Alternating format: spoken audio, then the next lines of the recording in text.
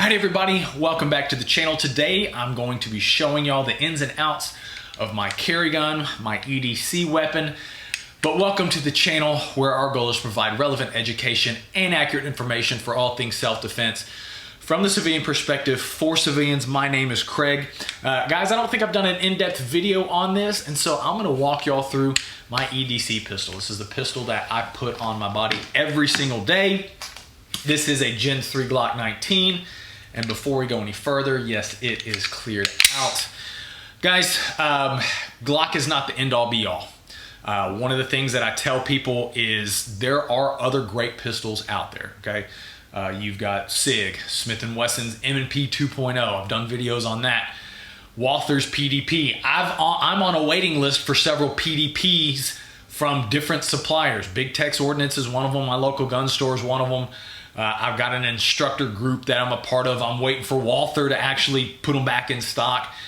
Glock's not the end-all be-all, guys, but it is a good option. And one of the reasons why I carry this is because I've been carrying it for so long, or been carrying a Glock for so many years. I'm so heavily invested in magazines and holsters that right now, up until the PDP, I really haven't found anything to take its place. So that's why I carry the Glock 19. Specifically the Gen 3, because it was a design that was never broken. Anyway, guys, real quick, magazine ammunition, I use 124 grain Gold Dot, Spear Gold Dot in OEM magazines.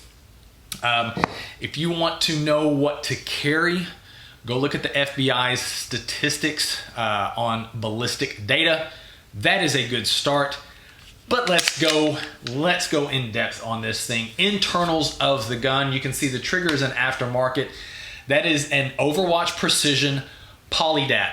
One of the reasons why I like Overwatch Precision, they use OEM trigger bars. The only thing that they do to them is they coat them in an NP3 coating, which makes it a little bit more slick, which in turn helps smooth out the trigger pull. To be honest with you guys, the best way to get a more smooth trigger pull on a Glock is to shoot it. I've felt, and I've shot Glocks that have had 25, 30,000 rounds through it. That trigger is the smoothest I have ever felt. So if you really want a smooth trigger, you don't really need to go aftermarket. I'm a fan of Overwatch, but if you want to make your Glock trigger smoother, just go shoot the damn thing. That'll take care of itself. Other than that, nothing internally has been changed. I don't mess with springs. I don't mess with anything that could affect the reliability of the pistol. Let's talk about the frame. You guys are probably noticing this looks a little bit different. This is a frame done by Rook Customs out of Hawaii. Guys, I'm gonna be dead straight honest with you. I have had some frames done by other people. This is a straight up work of art. The attention to detail that has been put into this thing is phenomenal. This little raised back strap, I can't remember what he calls it.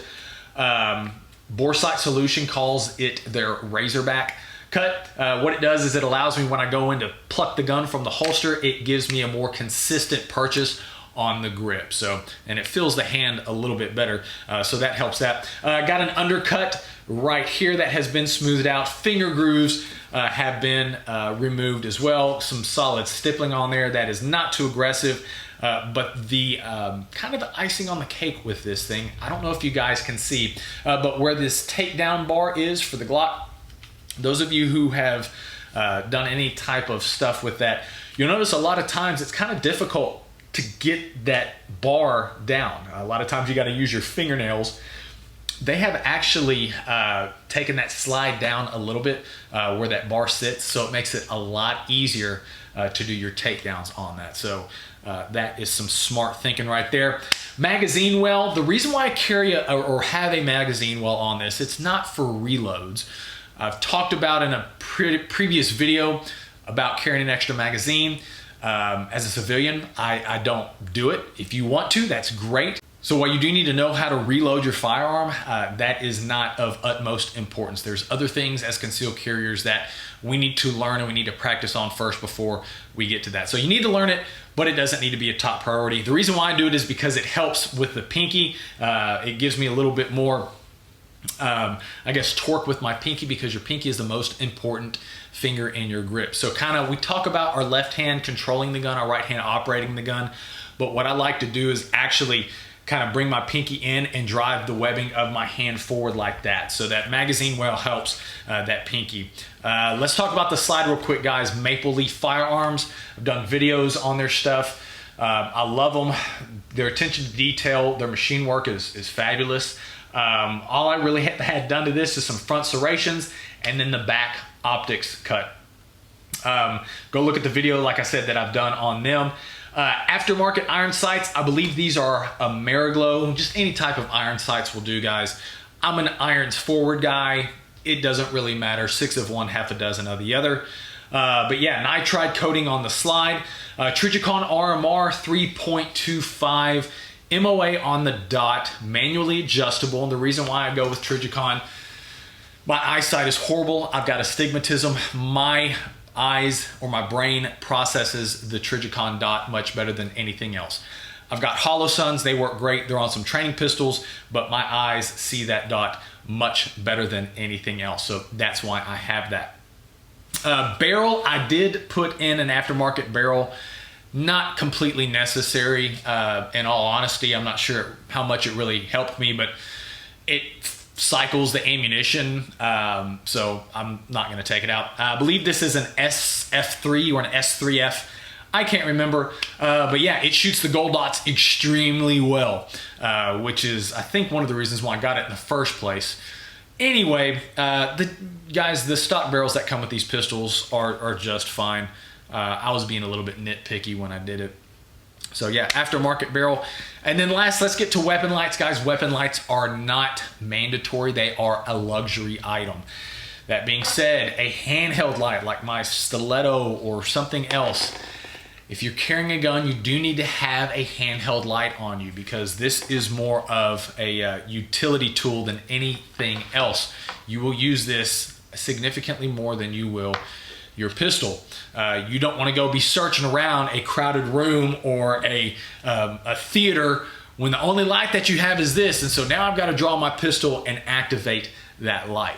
So it's a luxury, it's not a necessity, but the reason I have the X300, I've got smaller weapon lights, but it doesn't affect my comfort when I carry, so I might as well, what the heck, right? This is my kind of do-all everything gun. At night, I put in like a +5, and I take out this magazine. It's still filled with gold dots, but I put in a +5. This is my bedside gun. So I kind of wanted a gun that would do, you know, nighttime bedside gun EDC. So that's why I have the X300. This is the Bravo series. But other than that, guys, I really can't think of anything else that I have done with this. I am dry firing the crap out of it. I'm getting better with that. And I'm just trying to see what I can do with this pistol with regards to, you know, accuracy and, you know, time standards and whatnot. So I'm really trying to push my skill level and whatnot. But yeah.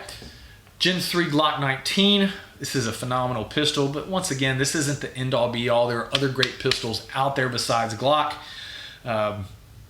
Just you go pick one that works best for you. But that's what I have. That's what I shoot. That's why I have everything on here that I do. Like I said, everything that I do has a reason. And this is a great little pistol. I've been pleased with it. Guys, let me know what you're carrying below. If you've got any questions about anything on this pistol or anything about any other carry pistols that you want to think about or stuff that you want to put on there. Not knowing where to go for certain things, let me know. Put them down in the comment section. I'll get to them. I'll try to answer them as best as I can, help you guys out as much as I can. But nonetheless, thank you so much for watching. Have a great day. Be safe, be smart, be skilled. Subscribe to the channel, give us a thumbs up. Catch you on the next video.